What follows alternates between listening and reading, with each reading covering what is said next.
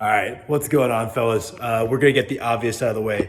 Yes, I know I look fucking stupid. It's very hot here in Montana. The last couple days while I was working out, literally I was sweating so much it was just getting in my eyes, and then I'm covered in sweat, so my shirt can't really be used to dry it out of my eyes. And sweatbands look really stupid if you're not LeBron.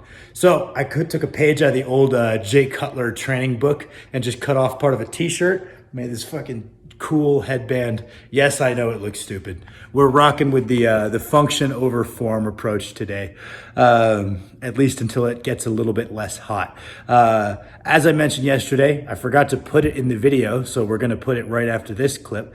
At a meet yesterday, local meet, I went to handle one of the guys I coach, Trevor.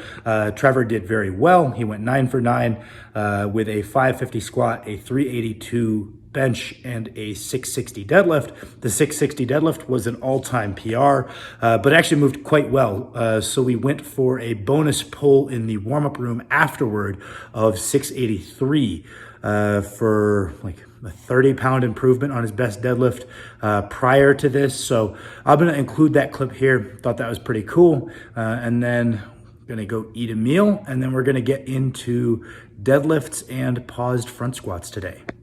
Come on, Trev! Crack the lats!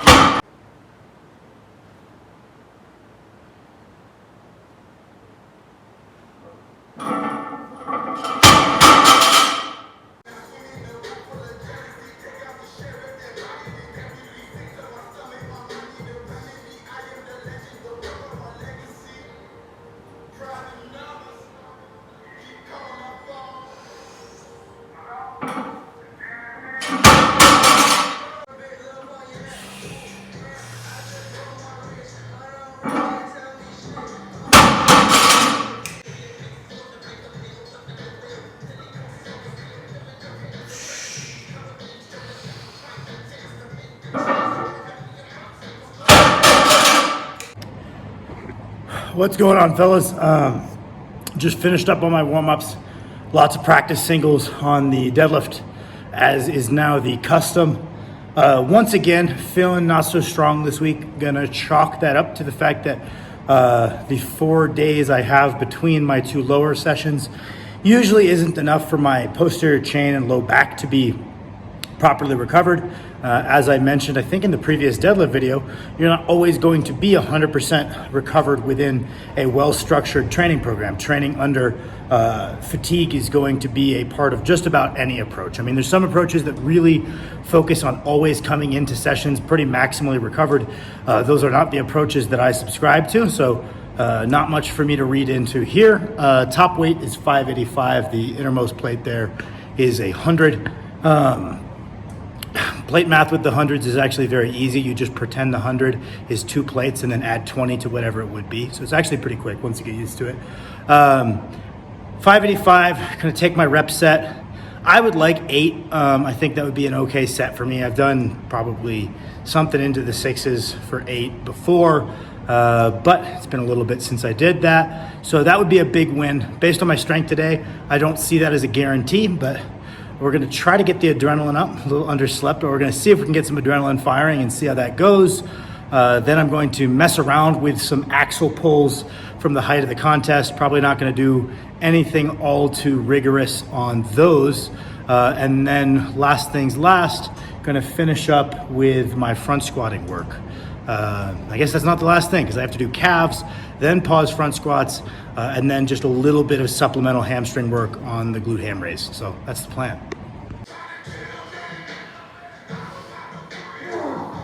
All right.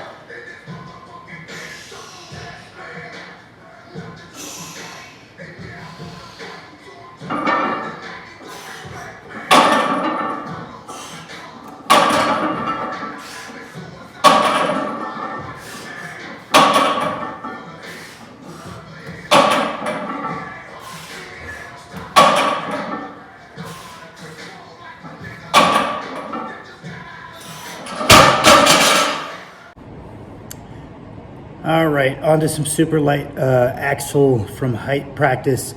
We're actually going above the comp height today, only because my low back is a bit smoked from that top set. So main thing is just to start feeling the axle most of all. Obviously the height matters, and you could definitely make a tenable argument that just pulling lighter from the comp height would be smarter. I'm not too worried about this event. It's a weight that is very doable for me, so I'm just taking the opportunity to practice some higher height pulls, which is a relevant skill within strongman that I have not historically used a lot. Within programming for powerlifters, block pulls are not something that I utilize that often. So I think this will be at least a fun avenue to try something I haven't done a whole lot of in the past.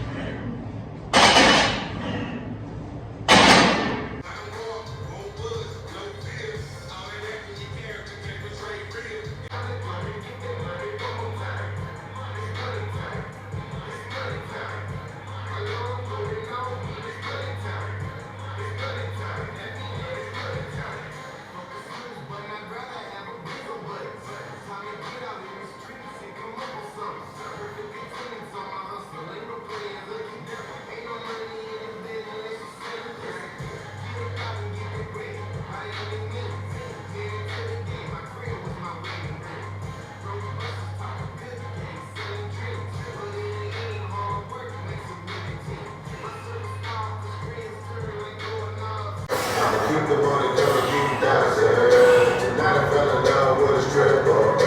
Pretty soon it'll be the last day. Who that, yes, girl. Invited to my crib, we getting nasty.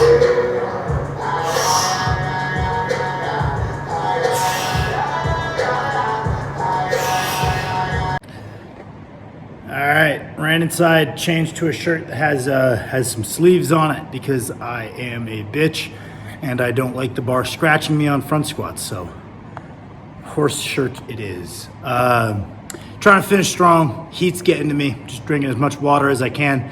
Gonna take 365 for my top set of pause front squats.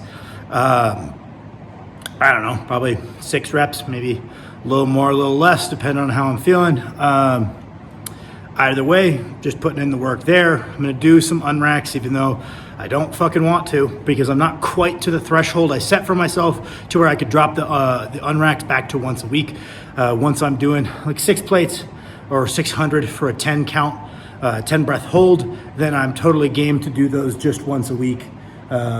Because my tolerance to passing out is lower after deadlifts anyway. It's really not the best day to push these. Yeah, so we're gonna get that done. And then I think I've got 2 back off sets of 8 with pauses. Obviously not so fun pausing 8s, but getting in that time of detention, building up that mid-back thoracic strength to maintain my positioning in the hole, all of which hopefully is going to translate to a 550 front squat this training cycle. And then I'm gonna keep pushing the front squat, even if we get the 550 this block. I'm gonna keep pushing along until, I don't know, 6 plates or 600, however long that will take me, a front squat that's more in line with my back squat strength. And then hopefully I will have completed my mission of relearning my squat mechanics, and then I might start getting back into some high bar. The question that I've been mulling over is whether down the road when I get back into high bar, whether I'm gonna high bar twice a week, once normal, once paused, the same approach I'm taking with my front squats, or if I'm going to take the front squats as something that have helped me and not drop them. So I have one day dedicated to the fronts, one day dedicated to high bar. That will be seen. That's a little ways in the future, so I'm not going to stress myself about it too much, but let's get this workout done.